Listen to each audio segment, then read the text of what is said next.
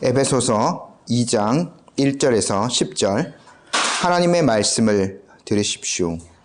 그는 허물과 죄로 죽었던 너희를 살리셨도다. 그때의 너희는 그 가운데서 행하여 이 세상 풍조를 따르고 공중의 권세 잡은 자를 따랐으니 곧 지금 불순종의 아들들 가운데서 역사하는 영이라. 전에는 우리도 다 그 가운데서 우리 육체의 욕심을 따라 지내며 육체와 마음이 원하는 것을 하여 다른 이들과 같이 본질상 진노의 자녀이었더니 긍휼이 풍성하신 하나님이 우리를 사랑하신 그 큰 사랑을 인하여 허물로 죽은 우리를 그리스도와 함께 살리셨고 너희는 은혜로 구원을 받은 것이라. 또 함께 일으키사 그리스도 예수 안에서 함께 하늘에 앉히시니 이는 그리스도 예수 안에서 우리에게 자비하심으로써 그 은혜의 지극히 풍성함을 오는 여러 세대에 나타내려 하심이라. 너희는 그 은혜에 의하여 믿음으로 말미암아 구원을 받았으니 이것은 너희에게서 난 것이 아니요 하나님의 선물이라. 행위에서 난 것이 아니니 이는 누구든지 자랑하지 못하게 함이라. 우리는 그가 만드신 바라 그리스도 예수 안에서 선한 일을 위하여 지으심을 받은 자니 이 일은 하나님이 전에 예비하사 우리로 그 가운데서 행하게 하려 하심이니라. 아멘. 잠시 기도하고 말씀 나누겠습니다. 복되신 하나님 아버지, 오늘 저희들이 이 시간 또 주님의 귀한 말씀을 대합니다. 이 하나님의 말씀을 대할 때에 저희들이 겸손한 마음으로 주님의 뜻을 받들게 하시고 이 말씀이 우리에게 참된 양식과 음료가 되도록 주의 성령께서 이 시간 우리 안에 온전히 역사하여 주시길 기도합니다. 듣는 자와 전하는 자 모두 성령 하나님께 붙들림 바 되고 또 이 말씀 안에서 뜻을 잘 깨닫고 순종의 자리로 온전히 나아갈 수 있는 복된 은혜 서로가 누리게 하여 주옵소서. 예수님의 이름으로 기도드립니다. 아멘. 바울은 에베소 성도들에게 그들이 그 믿음의 어떤 과정을 거쳐서 어떤 삼위일체 하나님의 사역을 통해서 구원을 받았는지를 1장에서 매우 상세하게 설명해 주었습니다.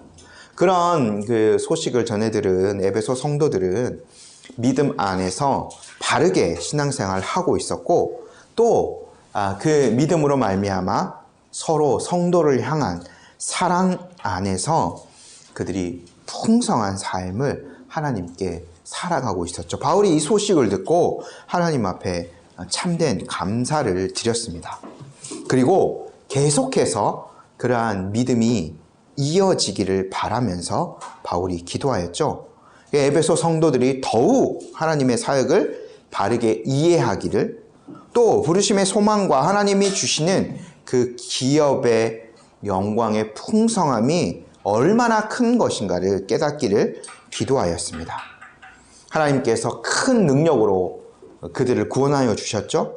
그것이 얼마나 위대한 것인가를 깨닫기를 바울이 기도하였죠. 근데 그 하나님의 구원하시는 능력이 어디에서 가장 찬란하게 드러났는가?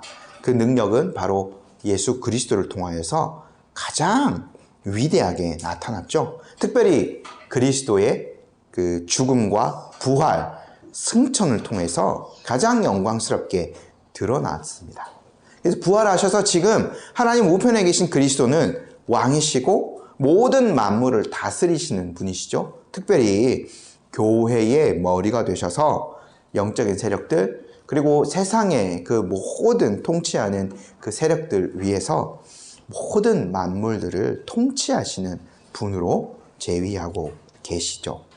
바울이요 계속해서요 그 그리스도의 능력이 그분을 믿는 그 개별 신자들 개인에게 어떻게 드러났는가 또 예수님께서 교회의 머리가 된다라고 바울이 설명하지 않았습니까? 그 그리스도의 몸인 교회에 어떻게 그리스도의 능력과 영광이 드러났는가를 잘 풀어서 이제 계속해서 설명해 줍니다. 오늘 이제 10절까지가 그 부분이거든요. 첫 번째로 뭐냐면 이 예수님께서는 어떠한 사역을 하셨냐면 허물과 죄로 죽어있던 자들을 살리시는 사역을 하셨습니다. 저희가 다시 1절을 한번 먼저 읽어볼게요. 그는 허물과 죄로 죽었던 너희를 살리셨도다.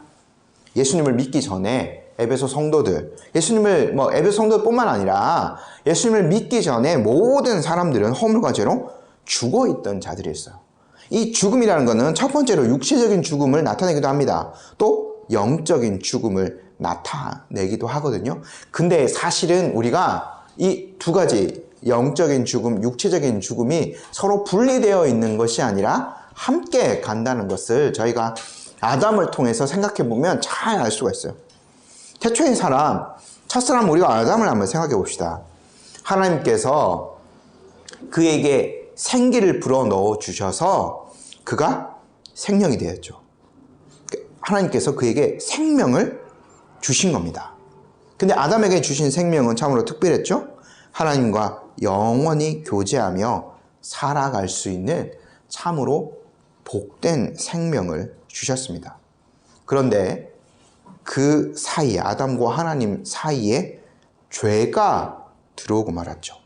하나님께서 아담에게 이러한 명령을 내리셨어요. 그를 지으셨을 때. 선악을 알게 하는 나무의 열매는 먹지 말라. 내가 먹는 날에는 반드시 죽으리라 하시니라. 하나님께서 아담에게요, 이러한 명령을 내리셨어요.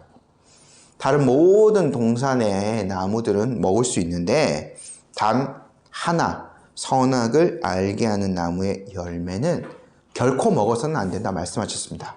그리고 그것을 먹으면 반드시 죽을 것이다 말씀하셨죠. 근데 아담은 뱀의 그 꾀임에 빠진 하와가, 그리고 하와가 건네준 그 실과를 먹고 결국 범죄를 하였습니다. 결국에 죽음이 세상에 들어오고 말았죠.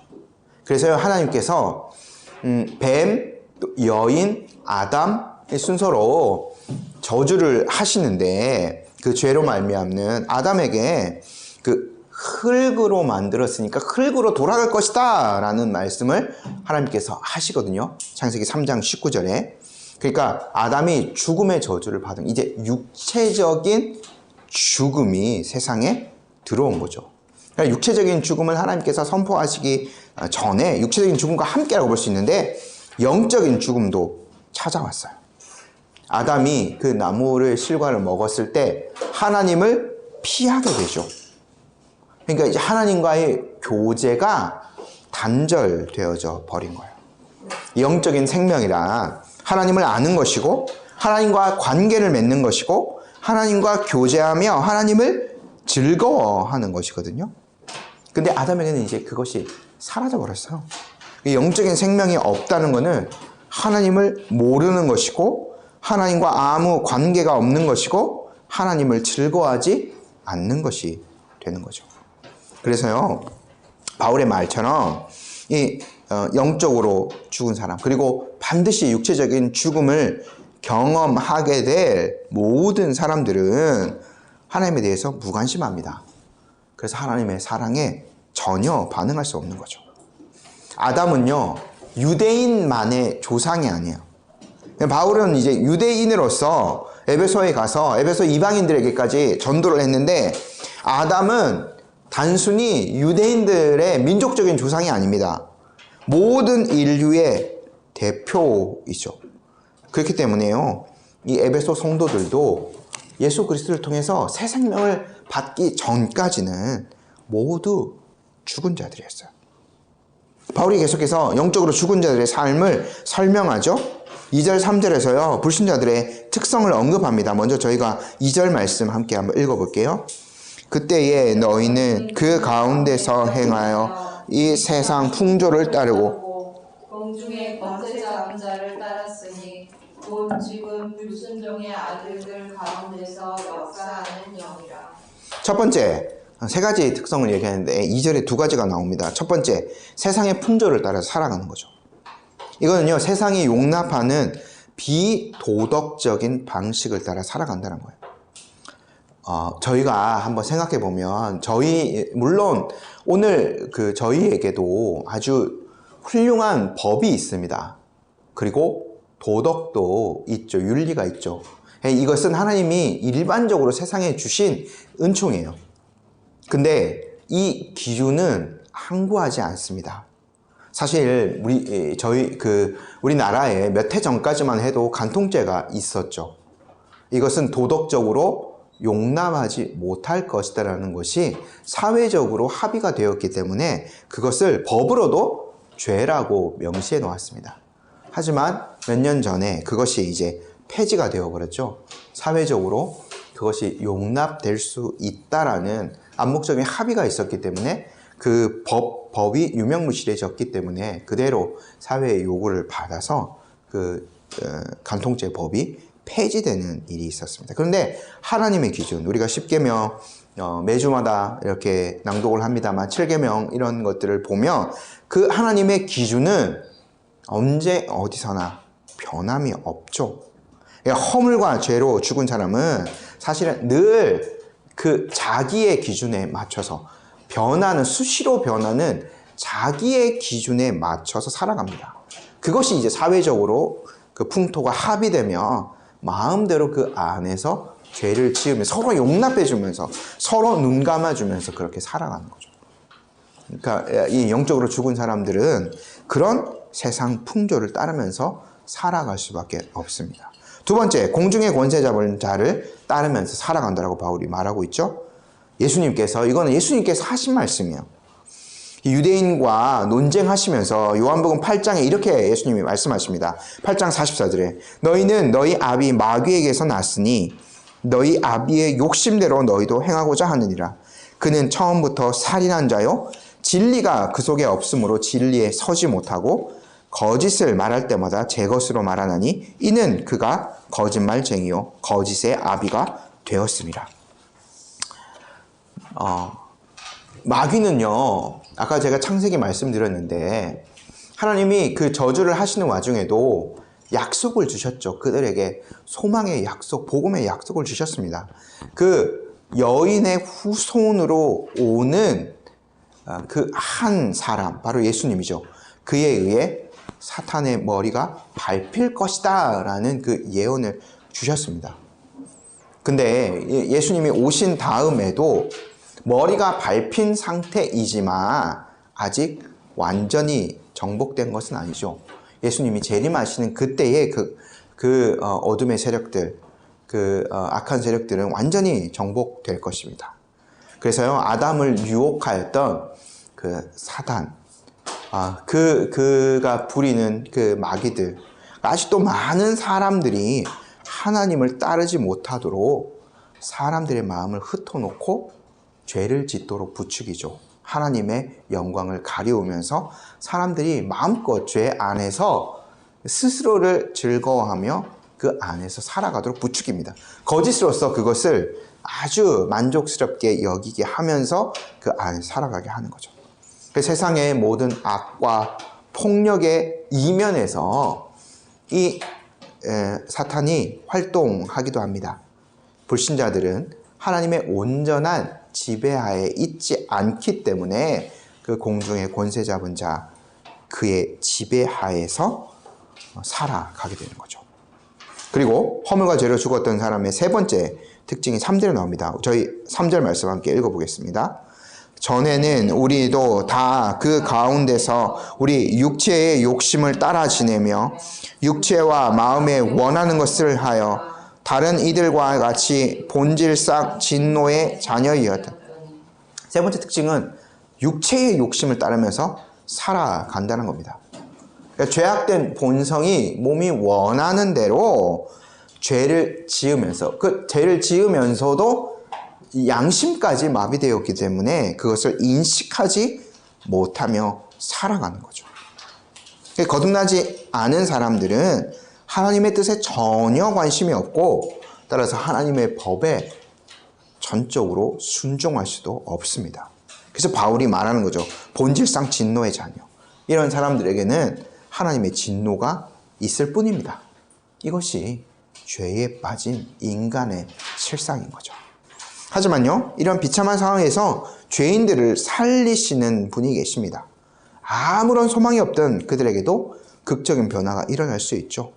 하나님의 은혜가 그 죄인들에게 임하게 되며 그들이 그런 모든 비참함에서 벗어나서, 그리고 그 진노에서 벗어나서 새로운 생명을 살아갈 수 있게 됩니다. 저희 4절, 5절 말씀 함께 한번 읽어볼게요. 긍휼이 풍성하신 하나님이 우리를 사랑하신 그 큰 사랑을 인하여 허물로 죽은 우리를 그리스도와 함께 살리셨고 너희는 은혜로 구원을 받은 것이라. 사실 요 4절 앞에 그러나라는 접속사를 조금 더 살려주면 더욱 의미가 잘 전달될 것 같습니다.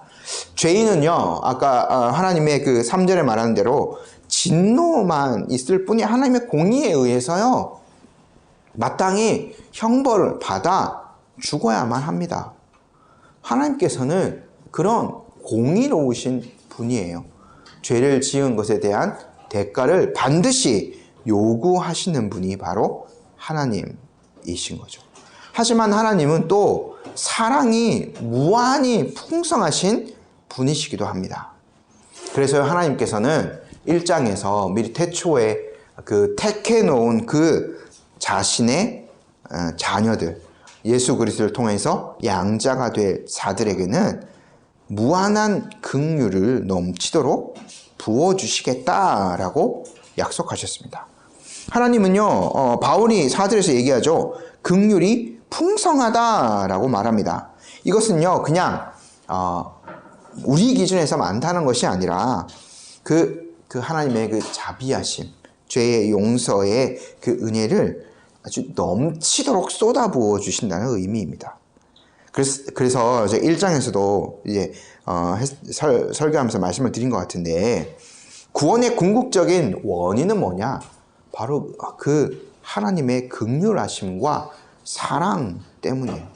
그래서 하나님께서는요, 모든 죄인들이 아담의 모든 사람들이 아담의 후손이기 때문에 한 사람도 예외 없이 그들이 지은 죄 때문에 멸망하는 와중에 자신의 백성을 따로 빼내어서 구원을 베풀어 주세요.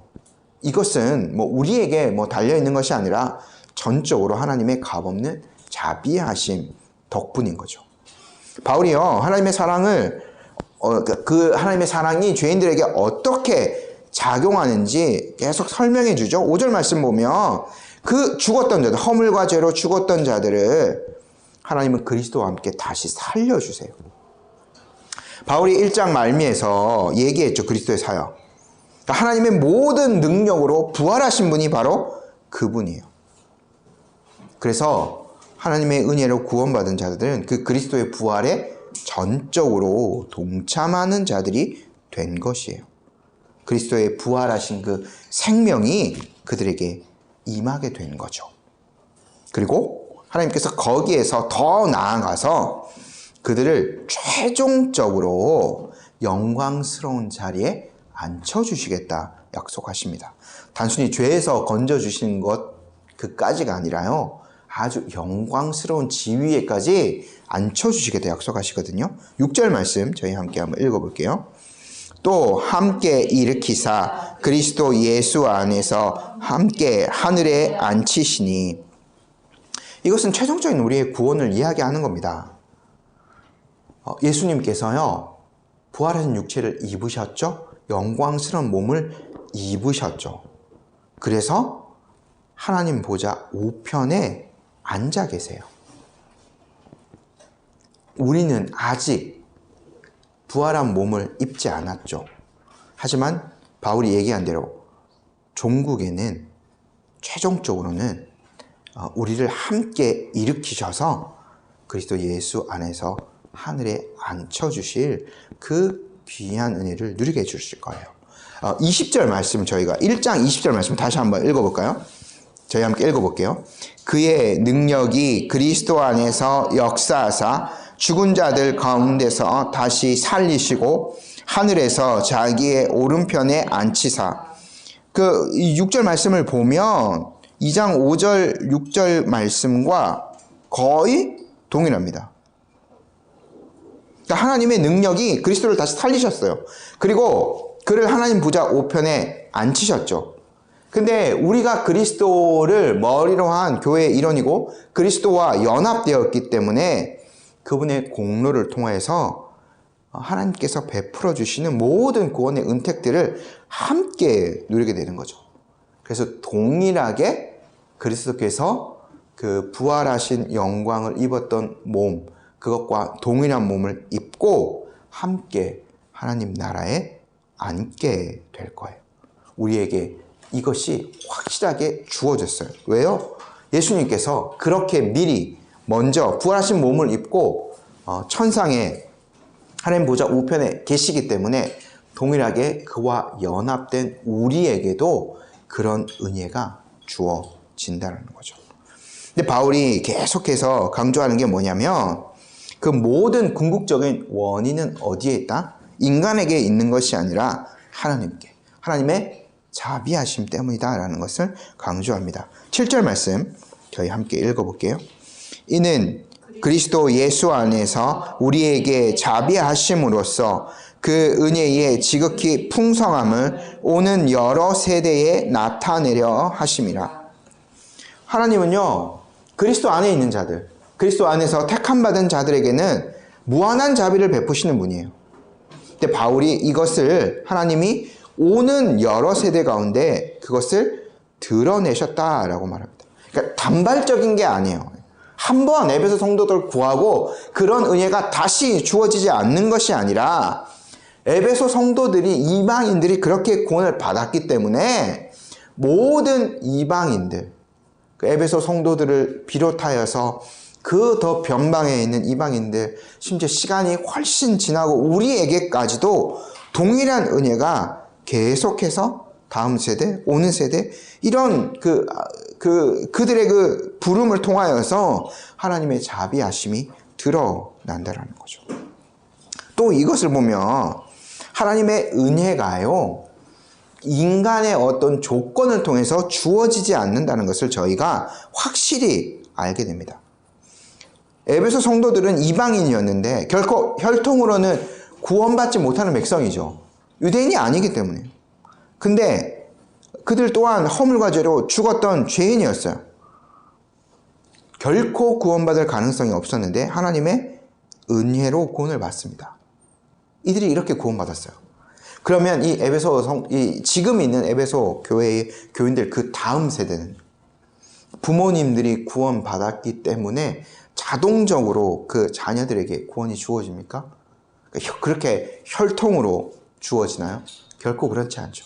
우리가 하나님의 언약 안에 있다라는 것을 믿고 그들에게, 자녀들에게 세례를 베풀지만, 그러나 그것은 외적인 사실 표징에 해당되는 것이고 실제 그 구원의 은혜는 이들이 거듭나야 주어지게 되는 겁니다. 혈통으로 구원받을 수 없는 거죠.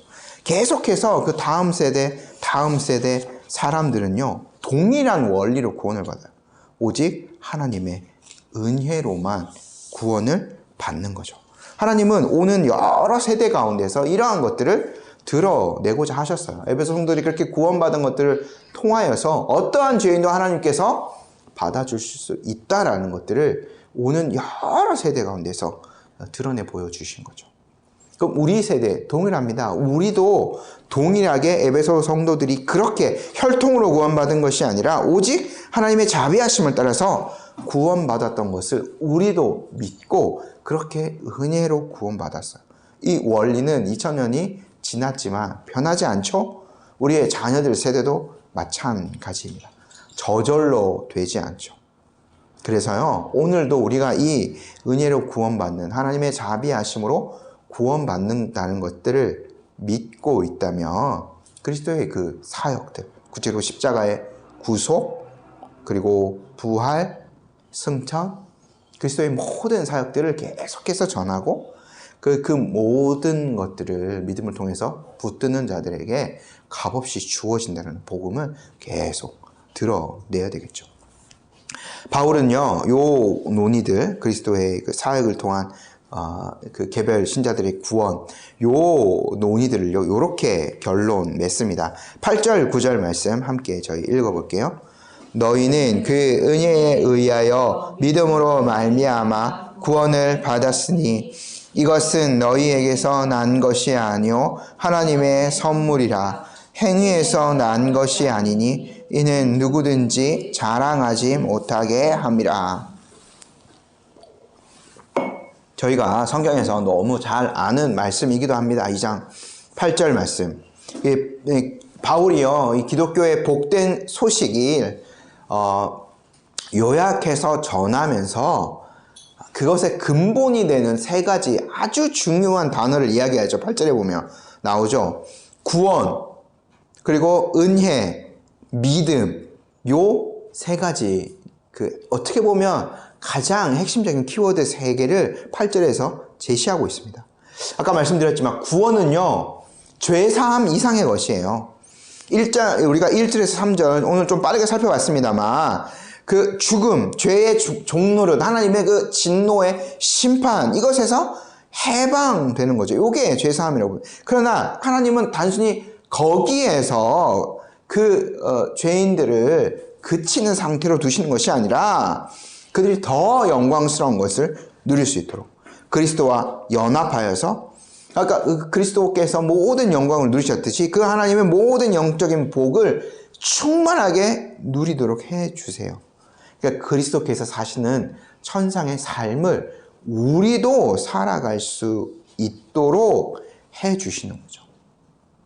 그리스도께서 이 땅에서 하셨던 사역, 예수님이 신성을 따라서 했던 사역들, 이적을 일으키고 병자를 살리시고 했던 그 사역들은 우리가 따라갈 수 없을지라도 그리스도께서 긍휼을 베푸시고 하나님의 말씀을 증거하시고 하나님 나라를 죄인들에게 선포하신 그 사역들, 우리가 하나님이 주신 능력들로 그것들을 할 수 있는 거죠.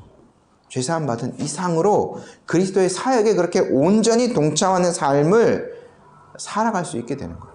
그러면서 하나님의 영광을 드러낼 수 있게 되는 거죠. 그러니까 우리에게 총체적인 그러한 구원, 아주 영광스러운 구원, 그리스도와 함께 누릴 수 있는 그 구원의 은혜를 우리에게 허락하여 주세요. 이것을 바울은 온전히 은혜를 통해서 받게 된다라고 이야기합니다. 은혜, 사선적 정의 찾아보면 잘 아실 겁니다. 자격 없는 사람에게 베푸는 자기 희생적인 사랑이 바로 은혜인 거죠. 조금이라도 대가를 바란다면, 내가 무엇인가를 베풀어 주었던 사람에게 조금이라도 대가를 바란다. 그러니까 내가 누군가에게 1,000,000원을 빌려주었다라고 해서 그 빚을 온전히 탕감해 주는 게 아니라 네가 형편이 되는 대로 나중에 100만 원에도 갚아라, 어느 정도라도 갚아라, 이렇게 한다면 그거는 은혜라는 표현을 쓸 수 없어요. 인간적인 측면에서는 은혜라는 말을 할 수 있겠습니다만 온전한 은혜라고 할 수 없겠죠. 하나님의 측면에서는 전혀 대가를 바라지 않고 주시는 일방적인 호의예요. 하나님은요, 죄인들을 위해서 가장 값비싼 대가를 치러주셨습니다. 하나님밖에 없는 그 독생자 아들을 주셨죠. 그분의 목숨을 담보로, 보배로운 그 피를 담보로 죄인들을 구원하여 주셨어요. 그러니까 이 하나님께서 죄인들의 구원을 위해서 베푸신 행위를 우리는 은혜라고 부를 수밖에 없는 거죠. 오직 그 하나님의 은혜, 일방적인 호의를 통해서 죄인들은 구원받습니다. 그러면 우리의 측면에서 보면 그 구원이 그렇게 하나님의 일방적인 그 호의를 통해서 주시는 그 구원을 그냥 뚝 떨어지듯이 받느냐, 그것이 아니라 하나님께서 주신 그 도구를 사용해서 받게 되는데, 그것은 바로 믿음이라는 도구입니다. 믿음은 도구 또는 수단이라고 할 수 있어요. 우리 여기 건물 같은데 보면 그 건물 이제 위에서부터 빗물을 받아서 이렇게 내려가는 그 통로가 있는 거죠. 그런 통로라고 믿음은 저희가 표현할 수 있겠습니다. 결코 공로적인 요소가 아니에요. 그러니까 믿음은요, 오히려 자기를 의존하는 자세를 전적으로 포기하는 태도예요. 그러니까 하나님의 은혜로 말미암는 구원을 우리의 것으로 이렇게 받아들이는 겸손한 신뢰가 바로 믿음인 거예요. 이 믿음을 통해서 우리는 그리스도와 연합을 경험합니다. 그래서 그리스도와 연합될 때에 그분의 죽으심이 우리의 죽음이 되고 그분의 부활이 우리의 부활이 되는 겁니다. 그러한 사역들 성령께서 하시는 거죠. 그래서 성령께서 믿음을 택한 자들에게 허락하여 주세요. 근데요, 바울은요, 요것들을 좀 더 선명하게 드러내기 위해서 오직 하나님의 은혜로만 구원받는다는 것을 조금 더 선명하게 드러내기 위해서 요것과 균형을 이루는 부정적인 것 두 가지를 이렇게 덧붙입니다. 저희가 8절, 9절 좀 자세히 보면 너희에게서 난 것이 아니다. 하나님의 선물이다라는 것들 8절에서 얘기하고요. 9절에서도 명확하게 이야기합니다. 행위에서 난 것이 아니기 때문에 결코 자랑할 수 없다라고 바울이 분명하게 밝힙니다. 그러니까 1절부터 3절에 얘기하는 이 허물과 죄로 죽었던 것. 그 죽음은요, 어느 정도 구원받을 만한 그런 능력이 있는 상태로 죽었거나 구원받을 일말의 가능성이 있는 상태로 하나님이 그렇게 비참해 주셨다고 하는 게 아니에요. 저희 신앙고백서, 웨스트민스터 신앙고백서 이렇게 표현합니다. 그 6장 2항에서 이 범죄로 말미암아 죄인들은 본래 가졌던 의를 잃었고 하나님과의 교제도 끊어졌다. 그리하여 그들은 사망에 이르게 되었고 그들의 영혼과 육신의 모든 부분과 모든 기능이 전부 더러워졌다는 거죠. 전혀 어떤 선을 행하거나 무엇인가 우리 안에서 구원을 이끌어낼 만한 소망은 하나도 없다는 거죠. 또 우리 스스로의 힘으로 회개도 결코 할 수 없습니다. 우리가 죽은 자 되었기 때문에. 이런 상태에서 오직 전적으로 하나님께서 우리를 깨워주시는 거죠. 먼저 성령께서 우리 안에 역사하셔서 우리를 깨우시고 그 말씀을, 그 복음의 그 말씀을 들려주심으로 말미암아 우리가 믿음이 발생하게 되고 그 그리스도의 사역을 온전히 믿음으로 수납하게 되고 그 은혜를 우리가 우리의 것으로 받아들이게 되는 거죠. 그러니까 전적인 하나님의 사역인 겁니다. 선행의 측면도 한번 저희가 생각을 해 볼 수 있습니다. 우리가요, 이렇게 바울이 9절에서 행위에서 난 것이 아니다. 어떤 선한 행위를 통해서 우리가 남들보다 좀 착하게 살거나 양심에 조금 더 이렇게 민감하게 살면 구원받을 수 있다라고 생각할 수도 있는 사람이 있는데 결코 그렇지 않죠. 우리가 이 허물과 죄로 죽어있던 상태에서 어떤 의도를 가지고 선행을 행하든 그것은 구원에 전혀 유익을 주지 못합니다. 왜냐하면 그 안에는 불순한 의도가 무엇인가 다 숨어져 있기 때문인 거죠. 제가 한번 이것도 웨스트민스터 신앙고백서 16장 선행에 관련된 부분 한번 읽어드릴게요. 한번 들어보십시오. 우리의 가장 선한 행실들이라도 하나님에게서 사죄나 영생을 받게 하는 공로가 될 수 없다. 그 이유는 우리의 선한 행실과 내세의 영광과는 너무나 큰 차이가 있으며 우리와 하나님 사이의 간격이 무한하기 때문이다.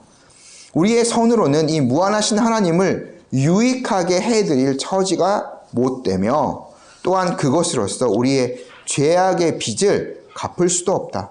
가령 우리가 할 수 있는 걸 다 했다 하더라도 그것은 우리의 책임을 이행한 것 뿐이고 그저 우리는 무익한 종이다. 우리 나름대로 행한 선은 하나님 보시기에 더럽고 많은 약점과 결점이 섞여 있어서 하나님의 심판을 견딜 수 없는 것이다. 전적으로 우리가 무능했고요. 그로 말미암아 우리가 했던 선행들도 무가치한 거죠. 하지만 하나님께서는, 그러니까 우리가 그렇기 때문에 일방적인 하나님의 은혜이고 하나님의 자비하심이다 라고 말할 수밖에 없는 거죠. 그 하나님의 무한하신 자비로 우리를 구원하여 주셨어요. 그러니까 우리가 그 하나님의 선하심을 찬양하고 그 하나님의 그 선하심을 드러내면서 살아갈 수밖에 없는 거죠. 하나님께서요, 이런 구원받은 백성들을 참으로 참된 그 선한 일을 하면서 자신의 영광을 위해서 살아갈 수 있게 해 주십니다. 10절 말씀 한번 읽어볼게요. 우리는 그가 만드신 바라 그리스도 예수 안에서 선한 일을 위하여 지으심을 받은 자니 이 일은 하나님이 전에 예비하사 우리로 그 가운데서 행하게 하려 하심이라. 하나님께서 모든 것들을 계획해 놓으셨어요. 1장에서 얘기했던 대로 상세전에 택해 주신 거죠. 여기서 선한 일을 위해서 우리를 지으셨다라고 얘기하는데 이게 논리가 돌아갈 수 있어요. 근데 하나님 안에서 우리가 할 수 있는 가장 선한 일은 무엇인가 라고 하면 예수 그리스도를 믿는 거예요. 그분을 믿고 하나님께 영광을 돌리는 거예요. 제자들이 예수님께 와서 우리가 무슨 일을 해야 이렇게 하나님이 기뻐하시겠습니까? 라고 했을 때 그 하나님의 보내신 자를 믿는 것, 그것이 하나님의 사역이다 라고 이야기하셨거든요. 그러니까 우리가 가장 선한 일 할 수 있는 것은 무엇인가? 그리스도 예수 안에서 그분을 믿는 것. 그 모든 이 하나님의 구원의 계획들을 믿음으로 수납하는 것. 이것이 선한 일입니다. 또 우리가 그 안에서 행하는 것. 그 하나님의 선하심을 우리가 드러내며 어떻게 드러내는가? 여기에서 이제부터 우리가 이제 적극적인 어떤 선행들, 우리의 구제들 이런 것들이 이제 발생하는 거죠. 그러니까 공로적인 원인으로 구원 전에 이것들을 두는 것이 아니라 그 전에 이것들 다 무가치하다고 말씀드렸죠. 그래서 우리가 그리스도를 믿고 가장 선한 일을 사실은 행한 겁니다. 그리고 난 다음에 모든 것들을 통하여서 하나님의 영광을 드러내도록 선한 일들을 하나하나씩 이제 해 나간다는 거죠. 우리가요, 오늘 이제 말씀을 마치면서 결론적으로 말씀드립니다. 우리는 전적으로 무가치한 자들이었습니다. 전적으로 무능한 자들이었습니다. 하지만 하나님께서는 그런 우리를 긍휼히 여기셨습니다. 그러니까 하나님의 일방적인 호의로 우리를 택하시고 우리에게 하나님의 말씀을 들려주시고 성령 하나님께서 때에 맞게 역사하셔서 우리가 그 복음의 은혜를 듣고 믿을 수 있도록 인도해 주셨죠. 전적으로 하나님의 사역입니다. 무가치한 우리들, 그리고 허물과 죄로 완전히 죽어 있었던, 죄인 줄도 모르고 살아가야만 했던 우리를 하나님께서는 살리셔서 선한 일이 무엇인가, 그리고 하나님께 영광을 온전히 돌리는 것이 무엇인가를 깨닫게 해 주셨어요. 이런 은혜를 우리가 받은 사람으로서 믿음으로 더 하나님 앞에 합당한 영광을 올려드리며 또한 적극적인 선행을 하면서 하나님의 영광을 계속해서 드러내며 살아가는 저와 우리 성도들 되셨으면 좋겠습니다. 잠시 기도드리겠습니다.